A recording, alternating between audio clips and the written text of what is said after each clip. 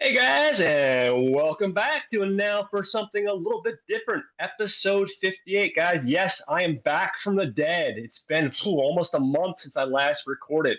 Life has kept me busy. But I am here, and guys, I'm super excited because I'm talking about, I think, a really cool film. I'm gonna play my hand a little bit early. But B, I am welcoming. I can make words, I promise. I am welcoming back the one, the only Mike the Wildabeast. Mike, welcome back, bud. It's good to have you, my friend. Yeah, thanks for having me on. So glad that you called me and said, "Hey, you want to watch an animated movie?" And I said, "Sure."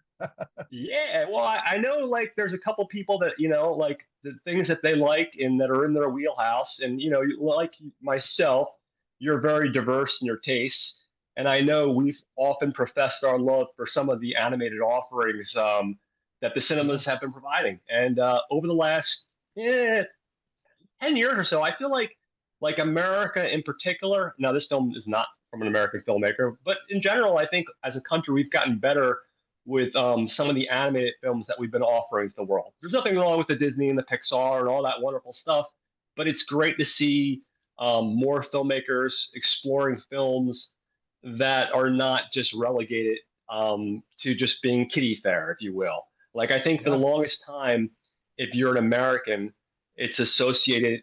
America and animation is associated with Disney, Pixar, this type of vibe. I even had a conversation with a fellow coworker at work, and I told her I was watching an animated film, and she's like, "Oh, I'm not going to go watch Aladdin." And I'm like, "No, no, no, no, no. That's just one facet of animation." And in America, yes, that's how most Americans view animation. But throughout the world, like in Japan and several other countries, you're going to go see a film that's a rated R animated film just as much as you're going to go see the Aladdin or whatever Disney animated film.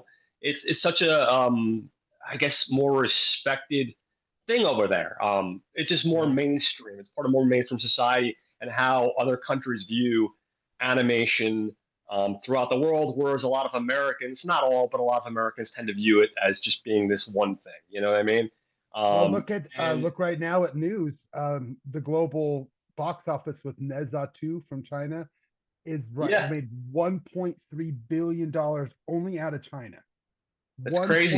1.3 billion. It shot up to being the number three biggest global money maker, and it Yeah. just released in America, just barely. Neza 2. Again, it was released mainly straight to Netflix, but now the sequel is just blowing up. And then this year, anime has been huge. Like every month Yeah. or 2 months, there's been a big anime release coming to my multiplex. So Hmm. worldwide and globally, animation is huge. And we, like Flow hit my theaters. Yeah. We are getting animation pretty much not just like you said, not just American made, but globally, Yeah. we're getting global animated films into our multiplexes a lot the last couple of years. Which is awesome. Yeah, no, and I think it's just great that like as a country, I think it's finally starting to come around to the point where as Americans we kind of don't just label it in just one box, which is something I like because I feel like there's so many stories that you can tell, and the more that you get that out to people, it doesn't always have to be this one type of thing that's put in this one box. That's going to allow more opportunities for other filmmakers to make those type of films and get those films out there. You know what I mean? That Chinese film, which I cannot pronounce, that you pronounce properly, is actually playing in my theater, and I'm actually going to try to see it this weekend. Yeah, it's Surprisingly, getting really good reviews. My kids love the first one. That yeah, was a big hit on Netflix. I will wait for the dubbed version so I can watch it with the little kids. But yeah, it's yeah, getting good reviews. yeah. So I'm really excited to be talking about this one. This one is a film called Robot Dreams. Before we get into the actual film, I figured we could talk about what we watched. I don't know if you've had the chance to see anything recently. I'll, of course, as you as the guest, let you talk about go first. I don't have too much to talk about, but I don't have a lot to talk about. I mean, yeah, I've right now I working full time and between the podcast and I just finished up with Sundance last week. So it's yeah, like this week I kind of took a break. So the only thing I yeah. watched was the movie for me and uh Cupcakes podcast, Watch Skip Plus. We watched Oh, and we're okay. gonna review that tomorrow, but I guess I'll go ahead and talk Oh, about okay. it. We watched Yeah, no problem. Captain America Brave New World. Okay. So Nice. That's the one thing well, that's the only movie slash besides, Yeah. we watch AP Bio. My kids really like AP Yeah. Bio and we binge Hmm. on. If you don't watch AP Bio, start it. Hmm. It's great. Good.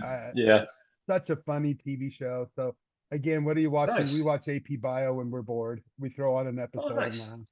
laugh. Very But cool. movie wise, yeah, that's the only movie I watched. It's the first feature film with our new with Falcon slash Captain America taking over as Captain Hmm. America. We have a newly cast um character in Harrison Ford. Hmm. Um, yeah, without going totally into spoilers, meh, meh, Yeah. mid, Hmm. I guess Okay. is what the kids would call it. I haven't decided if I'm going to give it a watch or skip on the show yet, but it's Yeah. very, very middle of the ground. Rotten Tomatoes has Hmm. it at a 50%. I mean, it really is a 50-50 movie. Half the time I was entertained, the other half I was looking at my watch, wondering where the Hmm. $180 million went because some of the CGI is worse than what we got in the TV shows. But you get in the end a really cool Red Hulk reveal, really cool Red Hulk Hmm. fight. I really like our guy Harrison Ford in this. He's on a new Oh, okay. Harrison Ford renaissance. I loved Nice. him he's done a TV show. Gosh, I can't remember what to call him on Apple Plus. That's the one with Jason Segel, right? Drinking, yes, that's it. I love that show so much, and he is so good in it. He's been really just on his A game well, outside of Indiana Jones. Besides that, everything else that he's been doing recently has been really solid. And he's really, quite good in this, battling his demons. And when the Red Hulk comes out at the end, it's cool stuff. You're able to see, like, they're in this area where the poppy trees are flowing, and you see like little leaves land on him and burn to show you that. Of course, if you're a comic book guy, Red Hulk is fire to touch. Hmm. So there was some cool stuff for comic book people, and then of course they've got to bring back the Eternals, which is Hmm. weird. Out of all the movies to really focus on, this one brings back the Eternals and the Hmm. Incredible Hulk, which is weird. Oh, okay. Two lesser Marvel movies that, if you haven't seen those, Brave New World will be kind of strange. You won't understand a lot of stuff. So definitely, if you Hmm. haven't rewatched Incredible Hulk or the Eternals, those are two you probably should watch if you want to rewatch this. Of course, the TV show, Captain in the Winter, or yeah, Captain America and the Winter Soldier, or whatever, or Yeah. Falcon and the Winter Hmm. Soldier. So if you haven't watched that yet, you Check need them to watch out. those. You need to watch those three Yeah. before watching Brave New World. Again, if this is the 35th MCU movie, if you like those, you're gonna watch this. It's Yeah. very middle of the road. I mean, I've seen Mm. better, I've seen worse, Excuse me. but Yeah. yeah, that's it Nice. for me. That's it. Just saw that. And what about you? Hmm. It's odd. So you know how I am. I don't like to shit on something. So I did see Hard Eyes and I did see Love Hurts. And I because I don't want to shit anything, I'm not gonna talk about those. And let's leave it at that. Um, those Well, are our some of episode of Hard Eyes on Watch Get Plus comes out today or tomorrow, and you'll hear what we have to say about it. yeah. I broke my cardinal rule. If you go on my Facebook page, I did say some very I took some jabs at it, poking fun at it in a kind of a ridiculous way, like I normally do. But that was the first time in a while that I posted something on my Facebook page where I really shit on something, Well, and I let's shit talk on it. about it. I mean, let's talk about it. I mean, it's not all bad, right? I mean, there's some cool things about Hard Eyes, right? Okay, so here's what I will say. As far as the positive, the premise for me is cool. Everything else, and I know I'm sounding dramatic here, but everything else is god fucking awful. I know that's dramatic, but it's the fucking truth. The two leads have as much chemistry as two pieces of fucking wood. The fucking the, like there's no chemistry at all.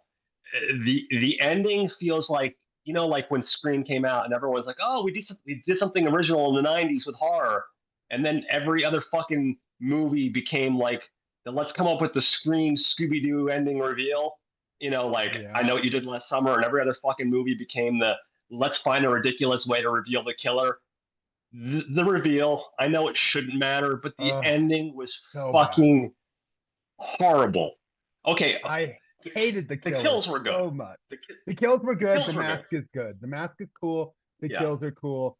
But it's a fucking Hallmark rom com with gory kills. It's a badly Yeah. acted, Yeah. badly done Hallmark rom com that saddles in a bunch of cool but misplaced gory kills with a cool killer who feels like he's in the wrong movie. I think if they had taken the premise, which was a good premise, and they had gotten, I don't know, I didn't look this up. I don't, if they had gotten some decent writers, and again, Right. I don't know anything about the director. I might have seen this stuff before. Maybe I haven't. I don't think I have. He's pretty Maybe you new. would have had something. We would have had something worth watching. Um, Mhm. I'm open minded, dude. You know my tastes. You were on the show long enough. You see what Yeah. I post. You're a My tastes are positive all over person. the well, and not only that, but my tastes are all over the place. Like, yes, I like a lot of low budget trash, but on the Me same too. token, I watch a lot of pretentious art films. You know what I mean? Like, it's not like I put myself in one type of box. So Yep. for me to take a big shit on your film, it really has to like really like poke me the wrong way. And what poked me the wrong way is the level of stupidity put into the film, the level of what the film could have been versus what it actually was. Yeah, Um, it's a misstep to make a rom com, and well, they advertised a Valentine's based horror movie. They did not sure. advertise a rom com with horror elements. That's the Yeah. difference. Is the advertising is wrong.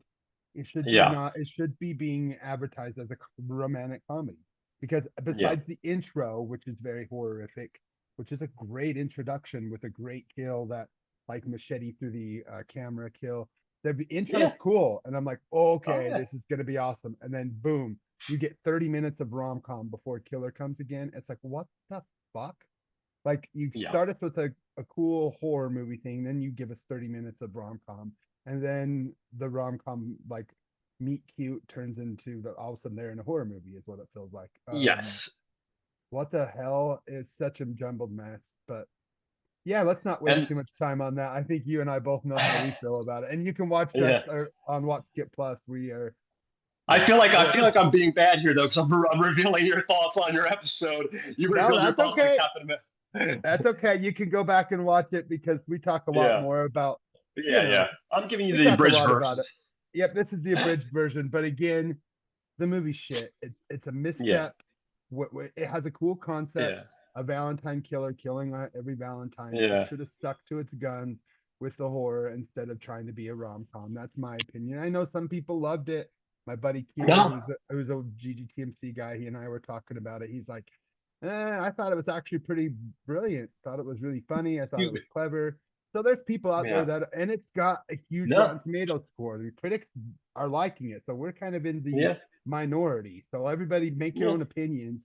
If you want to go see Yeah. Hard No. Eyes on Absolutely. Valentine's this weekend, today or yesterday, if you've seen it, either you loved it or you hated it. I don't think there's any in between. People are either really liking it or Yeah. really not liking it. I haven't heard anyone who was mid on it. They pretty much Yeah. either liked it or Yeah. hated it. And then Love Hurts. You know, I Oh, can't even, again, I'm not going to pronounce his name wrong, so I'm not going to even bother. But let's say the guy from Goonies. Data. and We could call him yeah, Data, right? yeah, exactly. You know, after that Oscar, what he did, he won the Oscar for Everything Everywhere at Once, right? After that Yep. Oscar win, you have that revival in your career, like a guy that whose career, let's face it, was pretty much dead, and then you have the opportunity to do this cool action movie, which is great because he has that training and that background. And that movie I liked a little bit more. But the problem with that movie is it was all over the fucking place. It's this romantic comedy, action, guy starting over, used to be a hitman, got out of that life. And the movie was just so all over the place, it couldn't pick a tone and stick with it. So that movie, unfortunately, kind of failed for those reasons. And it's unfortunate because I hope it doesn't put a stop to his revival because I feel Yeah. like everything after everything everywhere all at once, he had this big career boost.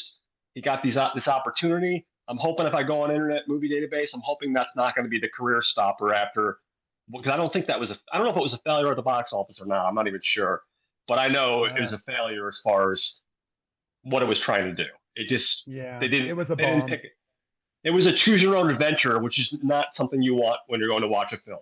As you want the filmmaker to commit to a decision, a narrative, a story, and just commit to it and drive that home. And unfortunately, even with the chemistry between him and the female lead, and even some of the other actors, although the acting was good, it just wasn't what it could have been. If you're an action fan, though, there is some good action sequences. So, I mean, I guess that's the positive I'll put on that. From there, I moved on, and you know my love for Mr. Billy Crudup, so I did a rewatch of a movie called One Mile to You. It came out in 2017. It's a little indie film. It's not perfect, but part of the reason I went back to it, besides my love for Mr. Billy Crudup, it's a coming of age story, which I love. Um, it's about a long distance runner played by Graham Rogers. You may know Graham Rogers because I know you're a fan of Atypical. He was in that show Atypical. He played the boyfriend. Yep. Basically, he's playing this long distance runner. Everyone on his team dies in this tragic bus accident except for him. And basically, he has to start over and kind of pull his life together again and reinvent himself. And he starts over in another school. Billy Crudup plays his new coach. So Billy Crudup goes from playing Steve Prefontaine, and now he's Coach K. And it's got people like Melanie Linsky in it, and Tim Roth has a brief role in it. And it's just a pretty solid dramatic film, coming of age story about a kid just trying to pull his life together after a tragedy and starting over again. It's going to appeal to people that like Billy Crudup, that maybe used to be runners, or people that just like a coming of age story. It's not perfect. It does suffer from too many subplots, unfortunately. The director is a guy named Leif Tilden. He's done another movie called Reunion, which came out in Oh, 2001, and then he did a short film called Big Love, which also came out in 2001. So he hasn't done a ton of stuff, but it's excuse me, pardon me. oh, It's bless you. worth it for the performances by themselves. Thank you. By the performances itself, everyone's great. The chemistry is good. I would say I'd like to see more stuff from Graham Rogers. I know he did. Like I said, I know he was on. He was in this. He was in Atypical, and he was on another show I can't think of either that he was on for a while. I think it was a Showtime show. Maybe Ray Donovan. I think he was on possibly, or there was another I show that never he was watched on. it. Me neither, but he was on. I think I'm pretty sure it was Ray Donovan. He was on a bunch of episodes of that, but he was good, and I didn't even recognize him from Atypical at first. But it's solid. It's definitely worth checking out. I think if you have Peacock, I believe that's where I saw it. Okay. So check that out. And then one of my favorite podcasts that's not a friend, a celebrity podcast, if you will, is Armchair Expert. Oh And yeah. that's with Dax Shepard. And recently he had the actor James Marsden on, and James is on a new show called Paradise. Now, the Oh. less I say about this, the better off you will be as an audience member. The basic premise is you have the actor Sterling K. Brown, he's playing a Secret Service agent who's responsible for protecting the president, played by James Marsden. He's in charge of him. He's an ex-president. Excuse me. Um, Unfortunately, the one big reveal I will say is he gets killed, and Sterling K. Brown is in charge of the investigation. Oh, okay. Along with him, you have Julianne Nicholson, who I've always been a fan of, Yeah. and you have people obviously like James Marsden, and some other supporting actors, but those are the main like big three. They're This is a really good show. I'm about 4 or 5 episodes into it. Um, the premise I gave you is the very basic premise, and I don't want to go too much further than that because this show also has a really cool science fiction element. So sci-fi Oh, fans cool. will dig, and I don't want to give that away. It has your typical mystery element. It has great dramatic acting. It's a solid show. I watched it on Hulu, and it's definitely worth checking out. So Yeah, I'm that's looking at it. Looks awesome. Created by Dan Fogelman. Wow. yes, Okay. Dan Fogelman, who did Danny Collins, Life Itself. This is He's done a bunch of yeah, yeah. television. That's the So yeah, Sterling no, Brown. Yeah. Cool. so it's really, really good. Definitely check that out. And then finally, I live in New Jersey, so I should be ashamed to say this, but I've never actually seen The Sopranos. and I finally got around to watching The Sopranos. I started watching that last week, and it's as good as people say it is. Sometimes the Kool-Aid is as good as people say it is. The Sopranos is a great show. I mean, you can see why it really kind of defined Gandolfini as far as paving his way to the career that he had, even though it was Yeah. rather short-lived, which is unfortunate. It's still, it's a solid show, and yes, it is a show about a New Jersey gangster, but there's a lot of really cool storylines, and there's a lot more layers to it than just what you would think on the surface level.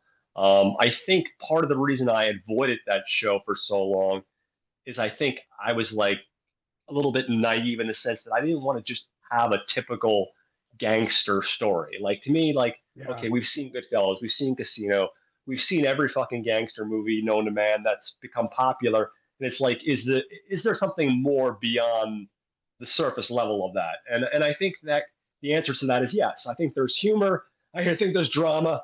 Yes, there's the gangster stuff. Um, excuse me.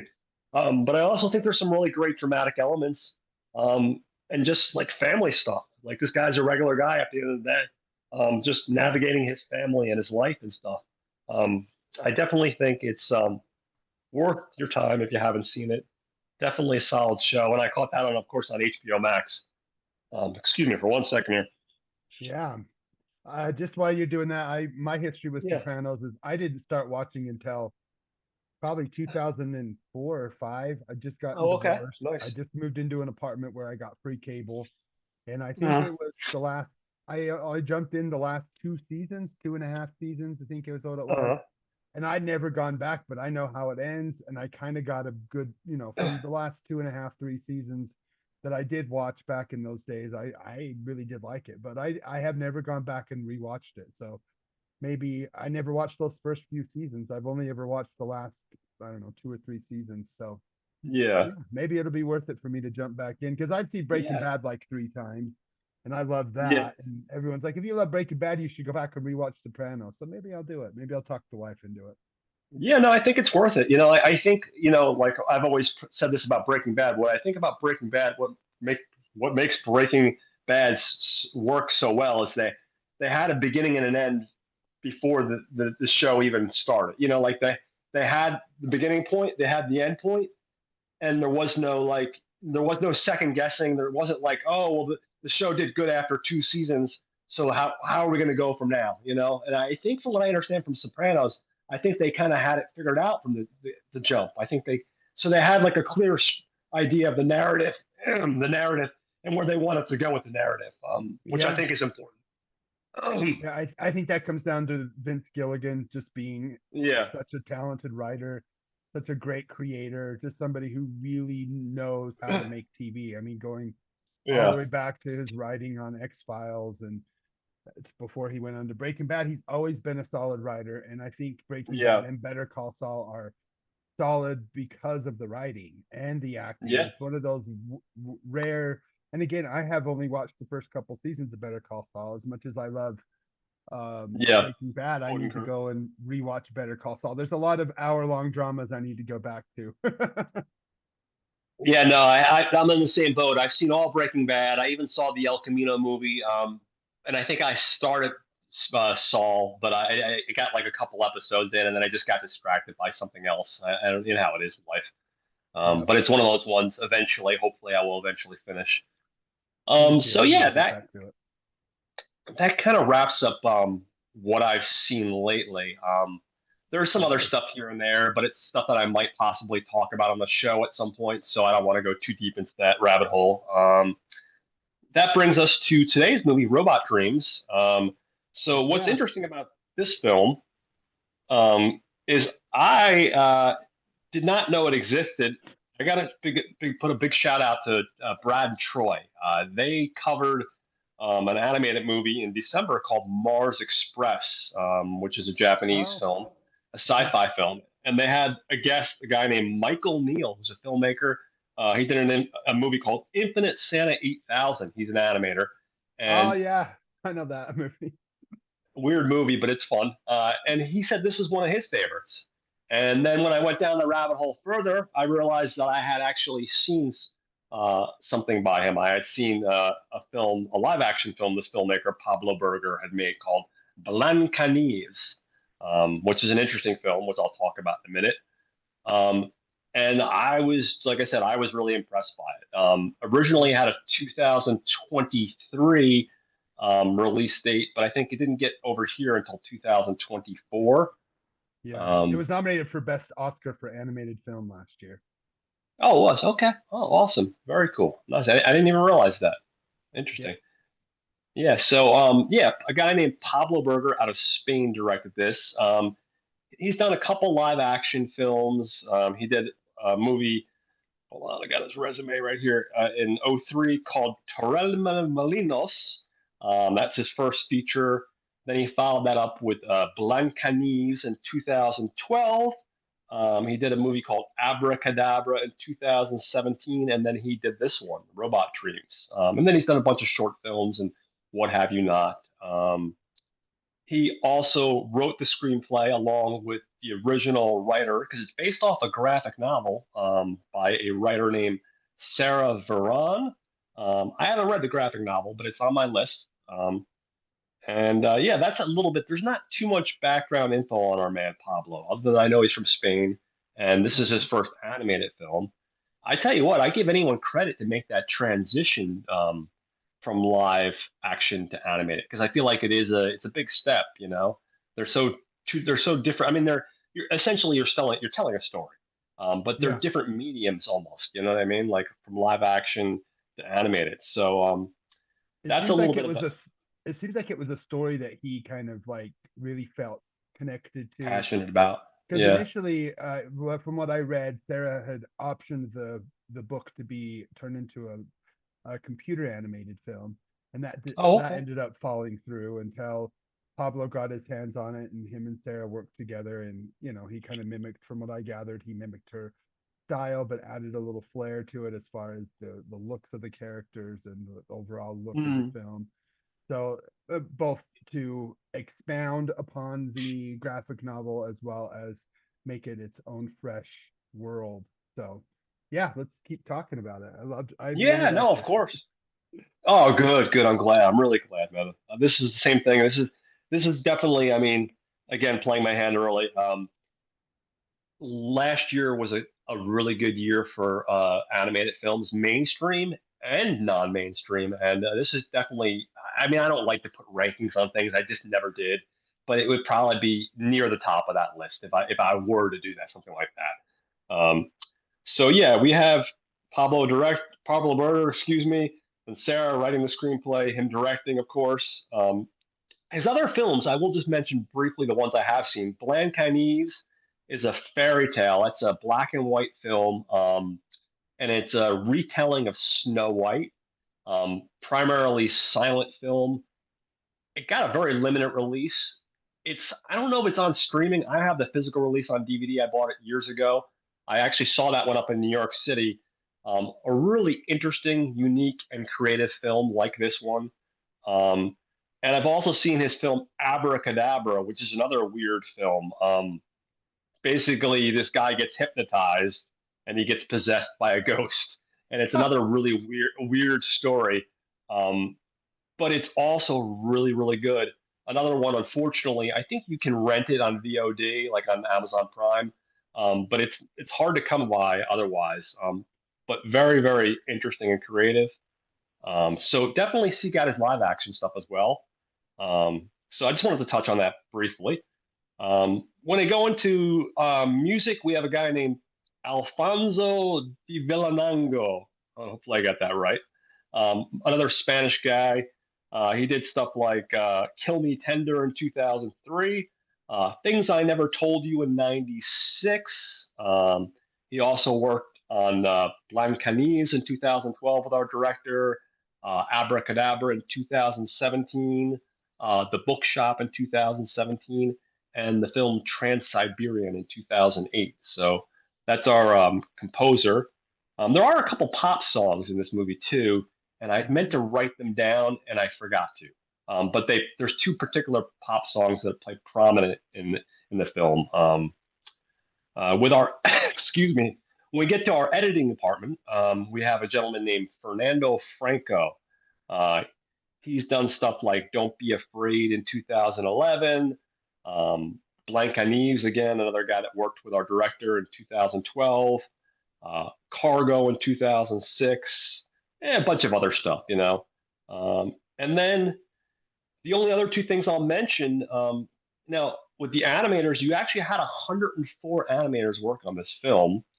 Obviously, like, I can't list every animator, but that's pretty impressive. Also, considering that this film, believe it or not, only had like a $5 million budget. You know what I mean? So it's pretty Insane. it's pretty impressive what they did for $5 million. Yeah. And then when it comes to the cast, really, this film for the most part it prominently uses music. Um, like I said, there's a couple pop songs that play, and then music that's composed for the film. But other than that, you know, the main character, dog and robot, who are two lead Yeah. characters, um, aren't they don't really have any dialogue. Nope. So they are voiced. We have one cast member listed for Internet Movie Database, and that's Ivan Labanda, and he is in the role of dog robot. So that's really all we have as far as cast goes, because like I said, for the most part, it's not really a film with dialogue. Yeah. You're They just make watching, gasps and sounds. They don't talk or yeah, anything, but yeah, there's gasps and stuff. And that pop facial song, move, by the facial way, movements. is that pop song that plays prominently is September by Earth, Wind and Fire. It's so damn That's what I catchy. thought. Ah, okay. There's that one, and then I know In at the end, September. yeah, yeah. There's that one, and at the end, there's one too, and I can't remember. Again, I don't know why I meant to look that up under the soundtrack, and I just completely forgot. But that's okay. During Um, the holiday or the Halloween sequence, they play yeah, "It's a Monsters Holiday." I remember hearing that. yeah. Oh, nice, nice. Yeah, so That was that pretty that's good. this is kind of like a little bit on the shorter side than I normally go into as far as the behind the scenes stuff. But really, with this particular film, there isn't a ton to with behind the scenes stuff. Just because, like I said, I can't go into all 104 animators in the resume, Yeah. and there is no cinematographer. You know what I mean? It's really our director, our writer, and the film itself. But with all that said, if you're interested, I'll let you talk about the setup, the story, the premise of the film, and then we'll get into a little lively conversation about what our thoughts are and themes Yeah. and what have you not. Yeah. So before I get into it, I just wanted to mention that Robot Dreams was nominated for Best Animated Feature last year against The Boy and the Heron, Elemental, Nimona, and Spider-Man Across the Spider-Verse. Talk about a stacked Oh my God, yeah. nomination last year. And Boy and the Heron ended up winning, but literally pretty much any of those could have won and I would have been happy. So it was, Oh, absolutely. That was a good year. Sometimes you have those years where you're like, oh, I can't believe this one won, and this that was a good year. No, that was yeah, strong yeah. competition So across the board. that's when I first heard of it, is when it was dropped as a nomination. And I think everybody was like, what? What is Robot Dreams? What? Yeah. So that's when I first heard of it. It didn't end up dropping theatrically here till after the Oscars. So I just didn't see it. It kind of been on my radar. So when you said, "Hey, I know that you like animated films. Would you like, these are the movies I'm thinking of," and I was like, "Oh my gosh, I've been waiting to see Robot Dreams." So I'm really glad I got the opportunity to watch it. So let's go ahead and talk about its plot. There's pretty much the movie is set in a 1980s alternate kind of universe in New York, where there's a bunch of anthropomorphic animals that are like animal humans. I love the animation style. It's almost like cartoon saloon style, simplistic, but very, very layered as far as especially when they're walking through the city. So basically, what we are given in plot is there's a dog. That's basically all we know him as. He lives a pretty sad, lonely, almost incel like life where he just sits around, watches TV in the 80s, eats crappy TV dinners. It's pretty miserable, sad, and lonely. Well, he sees a commercial for a robot and ends up ordering a robot, and it comes to his door, and he builds himself a robot friend. Again, they become best friends. We see them walking through the city, watching Wizard of Oz, kind of just creating this bond. And it's interesting when I first watched the film, I was getting a lot of things in my head from like recently Companion mixed with the Steven Spielberg movie AI. There's just a lot of, and then it all kind of feels like the Sundance winner Last Live, how the film ends, where we just keep wanting them to get together and they just, oh, but we'll keep talking. We'll talk about that later. So I saw a lot of like, while the film can be watched from anybody from pretty much 5 years old to 100 years old. Again, this is one of those films that anybody could watch, and I watched with my kids, and it's just the animation is fun, it's lively, it's cute. There's nothing offensive at all in the film, but it does deal with some pretty adult themes, right? We see this really kind of lonely, and there's at points where we kind of are painted a picture of not so positively about Dog. He's a little bit selfish, like most humans are. He's a little bit lazy, like most humans are. But he creates this beautiful relationship with this robot as they adventure through New York City. Wonderful homage in the beginning as they're adventuring around. They watch Wizard of Oz. We see this beautiful, vast world of New York City with these humanoid animals. And I love the design of this so much more than I love something like Zootopia, which also tried to be something similar as far as a world of humanoid animals. But this really worked for me. It felt like I was transformed back to 1980s New York. The earliest I was when I went to New York was like it was 1993, and I remember that kind of New York, that vibe, that feeling, that smell in the air in the summer. So it really, really touches on what it's like to be in New York. So then, to follow our plot, after they Dog and Robot walk around New York, they decide, let's go to the beach. Let's go have some fun. So they go to the beach where they, it's funny, we see lots of little things, like a lot of things are touched upon about what mankind does to the world and how we pollute. Like as they're swimming through the water, there's this beautiful music and you're all excited. And what's going on? Robot and Dog see trash. They see a bunch of junk in the ocean. Again, a lot of the themes of this are about what we as people do to this world and how we mistreat the things that are here to comfort us. Intricate yet simple and lively animation all throughout that swimming scene. I loved them at the beach. But then they play, and what happens when you play at the beach too long? You take a little snooze. So they fall asleep, and then they wake up, and little do we know, Robot is wet and rusted, and he is stuck in the sand after they wake up. And Dog, for all that he cannot get him up. He tries as hard as he can to get the robot out of the beach. He's just stuck in the sand. He calls 911. But again, so much of this, I have to think that so much of this is a message about we as humans, as people, we don't do enough. Like at times I'm like, oh, he's doing all he could, but he kept getting pushed and stopped by governmental red tape, but he just allowed that red tape. For example, oh, sorry, this was the last day of summer. The beach is now closed. You can't go back and get your robot. So what does he do? He follows the rules and he goes and tries to get goes to the city and tries to get permission to enter to get him. And of course, he's denied. So he tries to follow all the rules, the regulations that we are put forth by our governments and leaders to do what's right. But in the end, I felt like Doug felt a little bit selfish. Maybe he didn't do all that he should, but most of this movie from this point on is Robot living in dreams as he is sitting and sinking in the sand, while Dog is out here waiting until next summer to go and rescue his robot friend. So there's a lot of messaging that I know we're going to dive into once we kind of get through the plot. How did you feel about the movie up until the beach scene? Okay, so like I listen, I think what makes this film accessible on many levels, like you said, different age levels, is that it presents a film that anyone can watch at pretty much any age level. But I think um, as a guy that was single for a lot of my life, a guy that dealt with anxiety, depression on some level, I Yeah. think I can completely relate to a lot of the moments in the film. Like someone sitting around eating a TV dinner and being alone.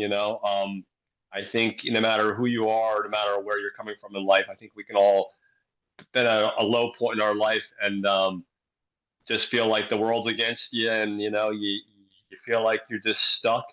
I think it really worked its magic on me, just that, and knowing what it's like when you genuinely have a real friendship. You know what I mean?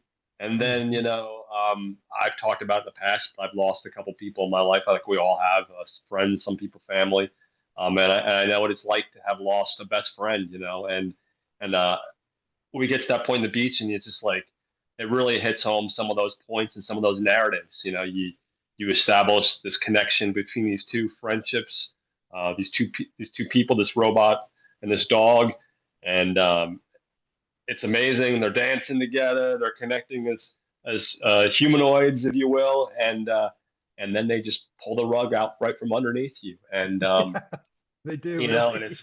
they really just gut punch you right in the fucking balls, right in the heart, though. And then and not to go too hard on our dog, because after the red tape, he did try to bypass the law and get some bolt Yeah. cutters, and Yeah. unfortunately, he tried to snap the chain on the fence of the beach, and he said fuck the law, and unfortunately, the security guard had him Got him. arrested, and he got thrown in jail overnight. So Yeah. he did try at least to break his robot friend out, but yeah, Well, that feeling of oppression that I got yeah, throughout the movie, oppression from government, oppression from red tape, oppression from yeah, being who he really wants to be. He feels oppressed, and he kind of allows the government and the world around him to oppress him at that point. And so yeah, what do we have? We have Robot who's living in his dreams. We have these wonderful dream sequences. But basically what we have is many moments of, oh, someone's coming to rescue Robot. And so the first moment, yeah. as Robot is sitting here just on the beach, stuck, rusted, not able to move. He's too heavy for anyone to lift him. The beach is shut down. But little do we know, next we see these rabbits that are rowboating up, and me and my kids are instantly like, "Yay! Someone's gonna save him!" And so we Oh see yeah, these rabbits come up, and we think, "Yes, they're gonna save him." They oil him up. And then all of a sudden, we see this image of him standing up and going to go and see his dog friend, only to be awoken to the rabbits actually ripping his leg off. 1 minute after another, we just keep getting punched by the yeah. world oppressing our poor robot. Again, these themes of us as humans and humanoids oppressing and using things around us for our own pleasure, just to discard them, just to just get rid of things. That is a huge theme over and over and over again, how we just use and manipulate both systems, both things. And we see these rabbits who we think are going to help them, but no, they rip the leg off for no other reason than just to use a teeny little part of that to fix their boat, and then throw the leg back and leave our poor robot sitting there. And my daughter was like, "What? Why are they doing that?" She's 4, 7 years old. She was just so upset at what happened. I think we But all then were. we're Yeah. juxtaposed between that to dogs sitting around eating TV dinners again, like we see him before he meets and makes Robot, that he's just absolutely sad until he meets some friends. We get a scene of him trying to connect with some friends as he goes skiing, and there's a great little sequence of animation of him sliding down the hill. But the whole time, I'm kind of furious at Dog, right? I think we are supposed to be upset at Dog while he's trying to be connecting with people and creating new friendships, because to him he feels like the world has oppressed him. He can't be with his robot, so he's trying to move on. We get that great sledding sequence. Again, shows the magic of this animation. Oh Just yeah. so much fun. The anteaters in that sequence, anteaters on skis, is absolutely hilarious. The way they stick their tongue at him during that during that ski resort sledding sequence is just so funny. And you get those juxtaposition from the sad, harrowing story of Robot to what's going on to our poor, pathetic dog. And we luckily we had enough moments of levity so that we're not just completely punched down by seeing our robot being more and more oppressed. While that's happening, Robot's dreaming of their favorite movie, Wizard of Oz, and I love that dream sequence as well as the golden brick and then the dancing flowers. And again, he thinks he breaks free, and he, as soon as in his dream world, he arrives to Dog's house, boom, he gets woken to another sad reality. So, what did you feel like during this middle section, man? I just felt like we just kept getting punched in the face over and over again. I just felt so sad for Robot as we continue to Yeah, see so him just crash over and over.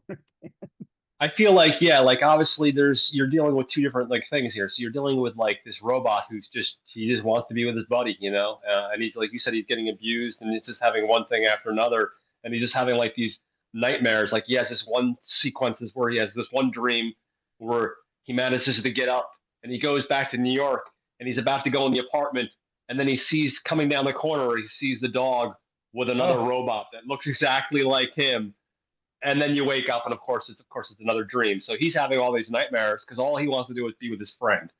And then like yep. you said, you have this scene with this where our dog has just come to accept the fact that like, hey, I did what I could, I tried to free him, but he's stuck until summertime, and I Yep. have to move I'm forward gonna with my live. life. Yeah, he's I trying his have to. best to move Yeah, on. yeah, he's trying his best to move on. Like, and like with the ski trip thing, like there's some levity there, but you also realize like he's trying to make friends, and like those guys are assholes. Those anteaters, they aren't his friend. They're like trying to kill the fucking guy. And then he's still trying. We move a little bit further in the story, not much further, but it's another Yeah. leap forward. You see him like do some exploration in the city. He gets a kite, and he ends up in Central Park. Hmm. And then this is where kind of things change a little bit story wise. He actually, while he's flying this kite, he's failing horrible to fly this kite. But in the meantime, you see this cool chick, we'll call her. She's a duck, and she's like a kite expert, and she sees him fail miserably, and she helps him fly the kite. They form like a friendship, Hmm. almost even romance, and they go on a date. Uh, and he seems like he's like head over heels. He feels like maybe our dog character not only has a friend now, but maybe a possible budding romance, and some new spark, some new spring in his step to give his life some meaning. And then of course, just when we feel like that's kind of like giving him some new meaning, and not that he's forgotten about dog, but he's found some meaning in his life. Of course, what happens? He gets a letter one day, and she's moved to Europe. So Yeah. again, Oh, so the rugs heart-wrenching. pull the rugs pull out from underneath him. Yeah, So I that's so sad. so it's like both these characters are kind of enduring so Yeah. much. Obviously, robots enduring a lot of physical like and emotional stuff, because he's stuck in the beach, he's rusted, and he's getting Yep. abused.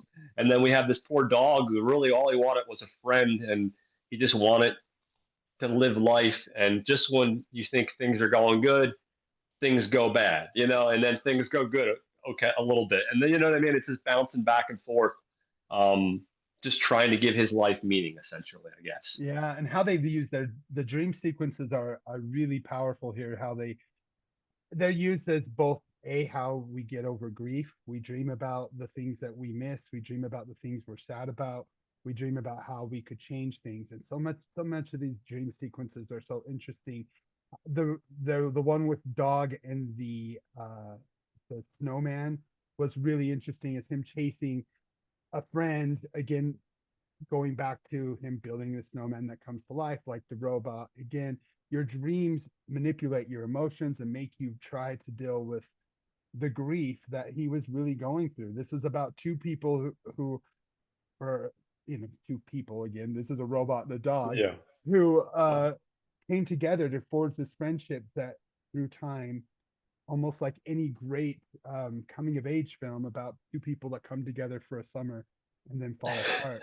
We see them come together, build this bond, and then have to grieve that relationship falling apart. Well, while Dog finds this woman and then has this weird dream, Robot is actually becoming kind of a parent. He ends up becoming a nest for a mama and baby birds, which I thought was really sweet. The connection he has with these Yeah. birds. And you're like, oh, finally, poor Robot. He feels some connection. And then, boom, next thing we know, this freaking monkey comes by, takes him, scraps him, destroys him, takes him to A to a junkyard. Yeah. to a junkyard where the owners of said junkyard and his son basically destroy our poor robot, which this scene, for those who have little kids, when you get ready for the scene where the monkey takes the robot to the junkyard, get prepared because it was kind of sad as they destroy robot. They rip him to shreds, but yeah, he's still a robot. He's little pieces are still around. That part was quite sad for my little 7-year old. I can only imagine. Luckily, luckily, that's when we meet Raccoon, who comes to the junkyard and he buys the robot pieces and melds him with a really cool boombox body. Meanwhile, Dog is out going to electronic stores looking for parts because he went back out to look for our friend once June came. And guess what? He was taken right before June 1st. This tragedy. It's almost like a Romeo and Juliet. Like every Yeah. moment we think they're going to be brought together, they get pushed further apart. So as soon as he shows up, all he can find is the leg after spending all day digging through the entire beach. He just feels so bad for Dog at this point that he wants his friend back. Well, he's going through seeing if he could figure some way of finding his rest of his body, and he goes to an electronics store, and that's when he sees a new gold robot. So during this point, he finds and buys a new robot while Raccoon, this raccoon character, rebuilds our robot. And then we see another wonderful montage. Man, the musical montages in this are so fun. As Oh, they're Raccoon absolutely adorable. and Robot, Yeah. they build this new life together. And you see it through this wonderful musical montage as they really are having a wonderful life, creating a new life together. And Dog and his new gold robot show up to the beach prepared with oil this time. I love how we see now that Dog has a new robot that he's more prepared, right? We see how he's all the things that went wrong in the last quote unquote relationship, he's prepared Yeah. for this time. I love those little teeny things. Again, this Oh, movie is absolutely. so layered about what it's like to be human. A movie about a robot and a dog, animated with no dialogue, has so much heart, so much humanity, so much feeling that we are just over overly emotional about seeing what's happening as this robot gets disassembled and gets brought back together. Him and this raccoon create this wonderful life. But then as we get to the end, guess what? Robot looks out the door and sees the gold robot and dog who have created a new friendship. And so during that ending, I'm kind of like, well, I like what's going on with Raccoon. But just like in past lives, if you haven't seen it, the film that was a big hit at Sundance a couple of years ago about a woman and this man, they're like Korean or Vietnamese, I can't remember specifically, but they keep coming in and out of each other's lives. They create a relationship, they get out, they create a relationship, they get out, and then at the end they meet again and she's married and he's they very much have a connection. Like if this Mhm. marriage wouldn't have happened, maybe they could have gotten back together. Well, we get that similar kind of scene in this where uh again we think this is real, where robots chasing down the dog and his new gold robot that he found at the store and his has created a new relationship with and has moved on and has found his happiness. And so in this dream sequence, which we find out is a dream sequence, basically they confront each other, they hug, and boom, every time he's about to reconnect with Dog, reality shoots and he doesn't end up reconnecting. But he realizes that what he has now and what Raccoon has done and the relationship that they have built is so strong, and it wouldn't be as strong as it is now if it wasn't for that time he had with Dog, that longing that he had for Dog, and Dog dealing with what he dealt with and creating this, finding this new gold robot and creating this new relationship that has made him happy. And he couldn't have gone there without, again, going through what he did. So, what is life? Life is about finding love, finding friendships, losing love, losing friendships, rebuilding yourself. So, this is what life is. This movie is about the cycle of life. We as people are continually creating and building new relationships just to have them pulled away, brought back together, pulled away, brought back together. In the end, they grew by being apart and became better people as they both danced in their separate lives as the credits run, and Dog and Robot both find happiness and peace in their different lives. Beautiful, joyful, wonderful movie. I'm getting goosebumps just talking about that ending. Just a beautiful Yeah. No. film about friendship, about life, about what it means to be human. again, a film with no dialogue about a robot and a dog in a weird alternative 1980s New York really brought so much emotion, and it definitely deserved the Oscar nomination it received. If it wasn't for Miyazaki, probably should have won. But again, go see this movie if you haven't. It's on Hulu right now. Watch it with your family, friends, loved ones. Just really enjoy and relish the love of animation and the love of life that I got after watching this. So thanks for Awesome. having me. Thanks so much for Yeah. inviting me. What did you think about the end? Yeah, listen, it's one of those things like you can take one of two things away. You can take away a sense of, so I'm not gonna lie. My end result was I found a sense of meaningfulness, a sense of growth, like you said, a sense of just both people growing and evolving as people, both people still finding things in their life to give them meaning, and still finding friendships and things that are important. And then of course there's part of me initially that was a little bit like, fuck, like I Yep. can't believe you're not going to give me that fucking happy sweet ending.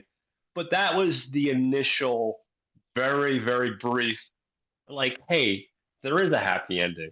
These people both found something important in their life. They both grown as people. They both found meaning in their life. I think ultimately that's what it's about. It's about the end result is about finding meaning in your life, finding connections, finding relationships, um, and seeing a story where people evolve and there's a journey that we're going on, and a meaningful journey. And I think that film accomplishes that throughout the entire film. You see a great character arc, and Mhm. you're invested and you want to see where it's going. And there's such great moments. The editing alone is just brilliant. The way they had that last sequence, like you said, when he's staring out the window and he recognizes from a Oh, distance, he recognizes his old yes. master.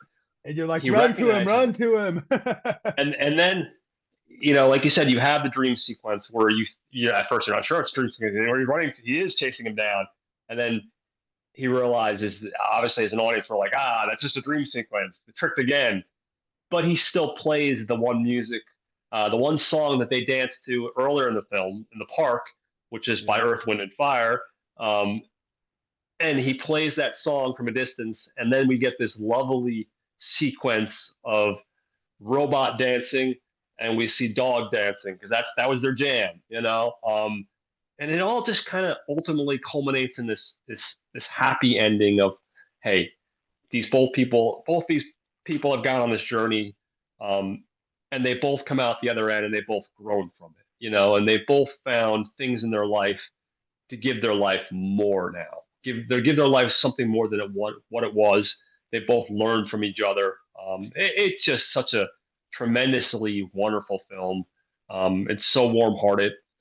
From a technical perspective, like you said, the animation is very simple, but yet it's so effective.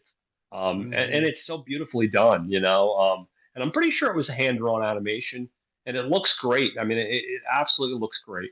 And it's one of those movies I feel like it could have gone sideways. There's one, like a lot of movies, obviously, they could have taken this in a direction, where it could have come off as being too sentimental, or it could have gone in a different direction. But at its core, the film is so sweet. It's a simple story, but it's so sweet that it just works. It's the kind of film that, as moviegoers, I think we need every once in a while, because we just Yeah. have too many, especially when it comes to robots. And you got two different ones. You got the ones like the killer robot, and oh my God, watch out, the killer robot, or every once in a while we get something like this, where it's just like, okay, there's room for both, but it's like Yeah. not all signs of technology is going to be the killer robot. So maybe there's going to be some stuff like this. And I think ultimately, my long drawn out point that I'm trying to get to is I feel like there's a message of hopefulness to this movie, when I'm done Yeah. watching this movie. There's a message of hope. And I think any message, that's conveyed in the film that gives us that is a good message. So I guess that would And be my thoughts on the film. and Yeah. even the relationships that don't stay together, that might come apart, we're building from them. And it all comes back to that song September by Earth, Wind and Fire. Again, we see them celebrating the summer, what happens in September. Well, do you remember the 21st Night of September? They talk about how the song's about people who came together, had a wonderful time, and then split apart. And at the end of the song, he goes, "My thoughts are with you, holding hands with your heart to see you once again. Only blue talk and love, and I remember."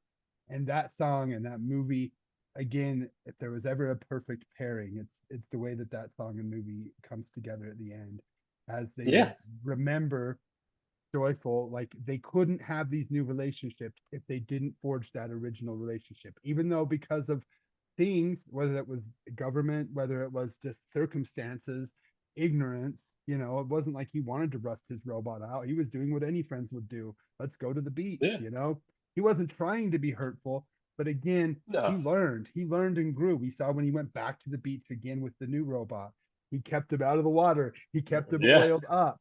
Just the learning, the growth that we have to do as yeah, humans to make it so that each relationship. I mean, I'm on my second marriage. I had several relationships before my first. And I would not, my wife and I both talked about if we didn't have those failed relationships, both of our first marriages, we wouldn't be able to work together. And if there was ever a film that's about that concept, it's Robot Dreams. So you oh, need to absolutely, have these failed relationships and these memories to help you build and forge new ones. So powerful film with great themes, great concepts, definitely worth its Oscar nomination.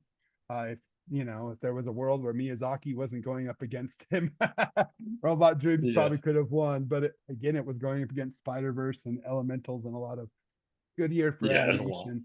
But again, No, before we end, I mean, people go to the movies, go see animation. I mean, earlier this year, Flow was another silent film that I saw that was wonderful. There've been yeah, so many great animated films this year, and of course, if you go through the Oscar nominations, every one of them are pretty damn solid. So get out there, see animation. It's not just kid stuff. yeah, Wink, wink. It's not just kid stuff. Animation is a real art form that you can tell certain stories, adult stories, family stories, violent, gory stories. I've seen some wonderful animated horror films. Again, animation is not a means for just children. It is just a yeah, different way of telling a story. And I think that absolutely, movies like Robot Dreams, movies like Flow, movies like Vampire Hunter D, for example, all yeah, are films that people should be seeing. They need to go out and see. They need to go out and understand that animation is here. It's not going away. And we can see it worldwide right now with Neza 2 being the big hit that it is, that people love animation. And if we have good stories and we've got people who know what they're doing, we get great product. So again, thanks so much for having me, John. This is a great episode yeah. and a great film. No, no. I'm glad you can make it. Like I said, I know it was an early day for you, but I'm glad you can make it out and talk about this because I do think it was one of those films. Despite the nomination, like I said, I didn't even know about it until if I wasn't listening to that Not a Bomb episode. And I try to stay on top of things, but I had no clue about this film. And then when I saw it, like I think anyone that's going to see this film, you're going to just fall in love with the film because it's just a powerful film and it's just so very well done. I'm definitely hoping that this guy does some more animated stuff in the future. You know what I mean? Like I said, Yeah. his live action stuff is equally excellent. So I would definitely recommend that as well. So thank you for coming on. So before I head out, I'm going to do some shout outs. I'll start with you, Mike the Wildabeast, Watch Skip Plus with Jose, Mr. Cupcake himself. What's going on over at Watch Skip Plus? Give us the inside scoop. Uh, well, first off, I've got to, you know, part of this movie that made me as emotional is I wouldn't be at Watch Get Plus if it wasn't for my time with you, starting with Oh, you during a tumultuous time in my life when I was struggling last year. If it wasn't for you giving me the chance to start podcasting with you, even though, yes, because of work and other things, we ended up yeah, going this way, but we keep coming back together. And that's what's so awesome. And to me, Watch Skip Plus absolutely. is like that next piece, that next chapter. Because I've always loved new film. Like as much as I love talking about older film, I really love getting people to get out to the movie theater. So when he invited me to be a part of this, Watch Skip Plus, I had to say yes because I have a path. I can go to the movies. My wife and I have made this budgeted out to be kind of my thing I do every year. Between that and Mm-hmm. Sundance, those are my big expenses. So Mm-hmm. I love the opportunity that I have to be with Watch Get Plus, but I couldn't be there if it wasn't for you. So again, thank you Oh so well, much thanks, man. for No, cutting get my out of here. teeth. Oh, shut up. It's true. Cutting my teeth, getting me used to speaking about film here on this little YouTube channel. So of course I'll always come back here. But things are going great with Watch Get Plus. We've had our best, like our most reviews for any review with our companion review. Ended up, well over 100+ views between YouTube and That's Spotify. awesome, man. So yeah, we're seeing people actually coming and listening and watching what we're Nice. doing.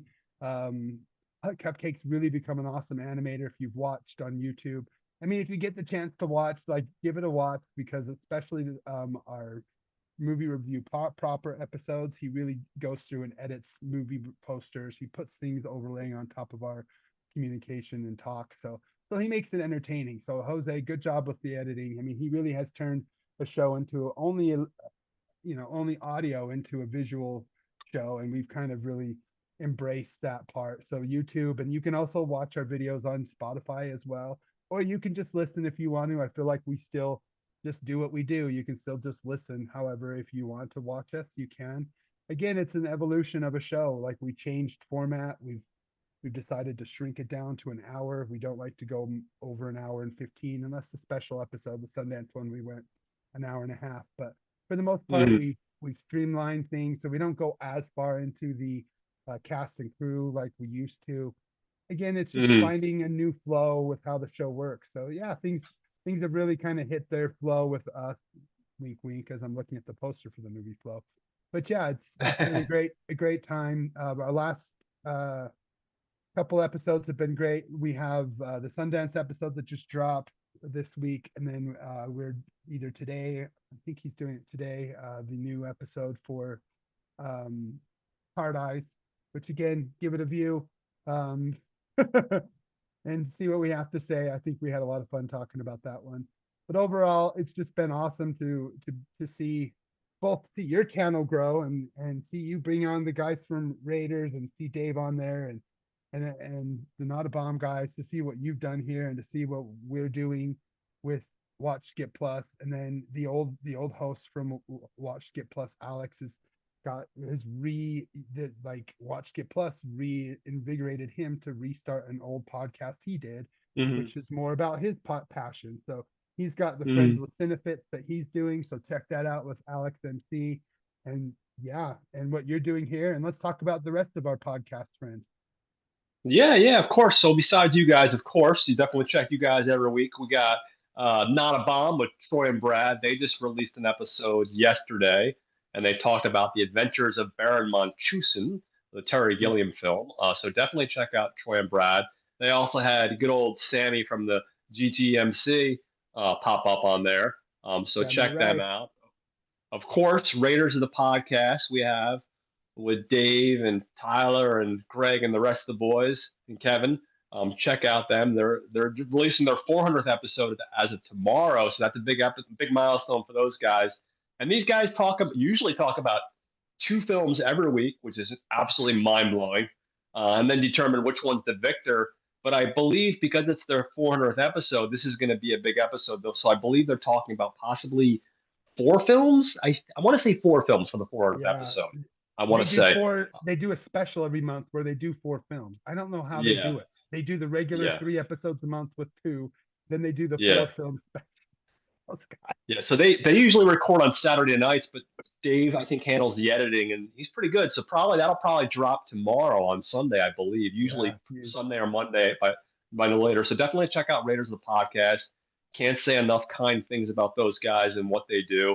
And then I gotta give a shout out to my buddies Rob and Joe from Caliber 9 from Outer Space, because Mhm. they started roughly around the same time I started my YouTube channel. And again, Rob and Joe are amazing, and they're another one that they do the double feature thing every week, and they run a great show, and very similar in veins to the Gentleman's Guide to Midnight Cinema. They really touch upon a large, just huge diversity in the films that they put together. And they also do a lot of cool like theme months, so maybe they'll have two sci-fi films with similar themes or two action films with similar themes, and just a really excellent podcast. They've been kind enough to come on my show twice, and they had me on their show twice as well. So um, another great show. So definitely check out them. Like you said, I actually just recently didn't even realize Alex had the Friends with Cinefets. So I just watched his new episode now that he's back doing that. Friends with Cinefets with Alex MC, with Troy, and they talk about Nobody's Fool. So that'll be a new shout out. Check out Friends with Cinefits on YouTube. And I think I've got everybody. Hopefully, I didn't miss anybody. So yeah, those are all podcasts you guys should be checking out. For as Can far I as my shout out one show, other? Can I shout out one oh other yeah, before yeah, you go? yeah. I don't want to miss Ian, anybody. Ian, aka El Goro, does Talk Without Rhythm podcast. He's also is a Okay. spinoff of the GGTMC. Oh, okay. Ian McDavis is what he goes by on Facebook. But he's Talk about. also super buff. He's on our Gentleman's Guide to the Gym, the GGTMC Gym Buddies. We have Oh, nice. there's so many GGTMC groups, but I see him all the time over there. So shout out to Ian El Goro as he goes by. Talk Without Rhythm podcast. He usually talks about two movies that are tied together with some kind of theme or actor. Mhm. Um, Nice. so yeah, check him out as well if you haven't. And like you said, Dak Shepard's podcast is great. There's so many good podcasts out there. Just go out there and listen to them all. I love, and I also like the Rap. I know it's a big podcast, but if you are really into movies, check out the Rap, which I believe is tied into that Nice. oh I'll that big definitely. network. So yeah.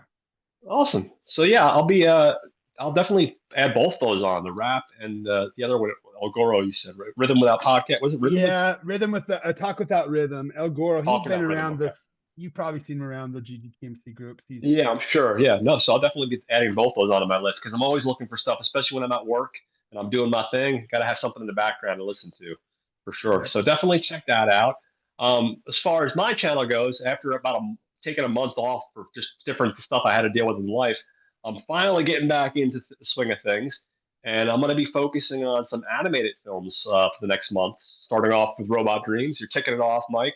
Next week I'll Woohoo. have Mr. Dave Gray joined me from Raiders of the Podcast. We're going to be talking about the Rankin Bass film, The Last Unicorn. So we're going to be talking Oh, about that. Yeah, nice. so they just did a nice 4K release of that. I had just seen it on Tubi for the first time a couple months ago, and wow, I was just blown away by it. Just solid film. So looking forward to that next Sunday, and then also next Sunday we're going to be going back to my Spotlight episodes. For those not familiar with the Spotlight episodes, that's when I have Jose and Justin join me, and we focus on the work of a particular actor. Recently, we've been focusing on the work of Jeff Bridges, which is a choice by Jose.